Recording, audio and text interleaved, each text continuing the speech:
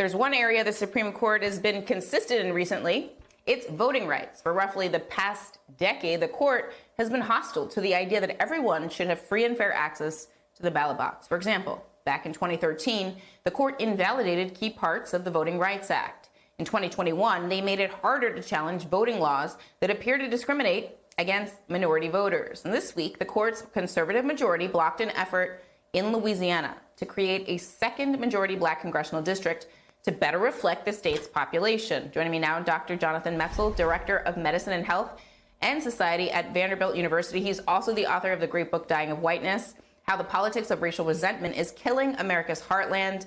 So, Doctor, when you consider the court's voting rights track record, I mean, what message do you think the majority is sending to minority voters in this country when they're like, yeah, you actually don't need an extra district. We're just going to let your voice be diluted? Diluted and also concentrated. I think that's the important point here. We've seen a similar move in Tennessee, where I live, which is that basically Louisiana is a good example here. Black voters are 35% of the electorate. There are 6 congressional seats. It makes sense that in a representative democracy, congressional representation should mirror the populace, right? But what they did in Louisiana is Republicans drew a map that basically said all the black voters are either concentrated in one highly concentrated, largely black district, one seat, and then diluted among the other 5 seats in ways that their votes don't really matter. We saw a similar thing actually in Tennessee, where I live, where Nashville used to have very strong representation. It meant that black communities in Nashville had really strong participation and representation in Congress. But we split our city into 3, and it's totally diluted. And in a way, the message is, number one, your vote doesn't matter, but also you can't mobilize in response to things that you think are important for your community, like everything we're seeing happening in this country now. So it's really concerning. And it's, of course, a lead up to a big voting rights case that's going to happen next term in the fall before the Supreme Court, where really it does feel like the entire Voting Rights Act is really up for grabs. I mean, it's so important to understand all of that in this particular moment as we think through the implications of Supreme Court decisions like this. Like, they're not just making this decision. What it means is, and the impact will be, that people who are upset by things that their elected officials are doing will not have any mechanism through which to express that displeasure at the ballot box. And that is maybe by design here. My next question is actually about sort of the dog whistle, if you will, when I think about the big lie. So when I hear people, espousing the big lie or talking about voter fraud or election fraud, I notice that they're talking about Detroit.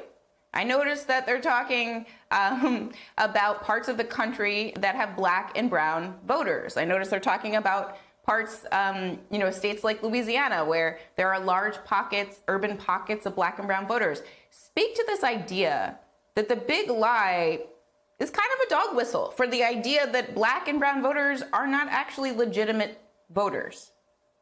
Well, I keep thinking about this in terms of, there are so many dog whistles right now that like dogs are going deaf in a way.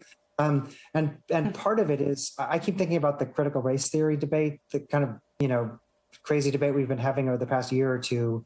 And basically the idea of critical race theory is there is structural disadvantage that's cooked into the system of America, and we need to at least pay attention to those structural disadvantages so that we can rectify them in the name of equity, which is what we should want, especially in times of pandemic or other things we're facing.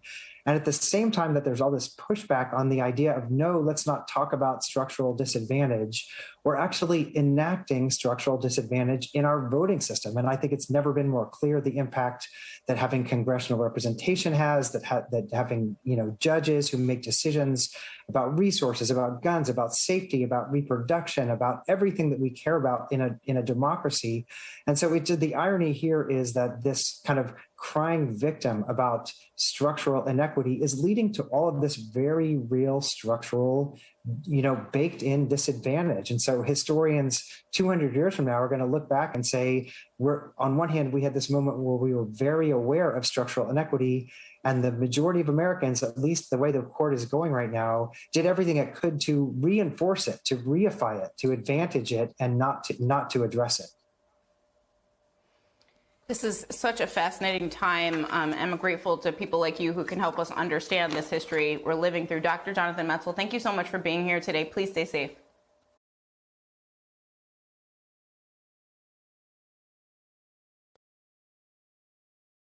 Hi, I'm Zerlina Maxwell. Thanks for checking out our channel on YouTube. You can see more from Zerlina by clicking any of the videos on this screen, and make sure you subscribe below to stay up to date on the day's biggest stories. Thanks for watching.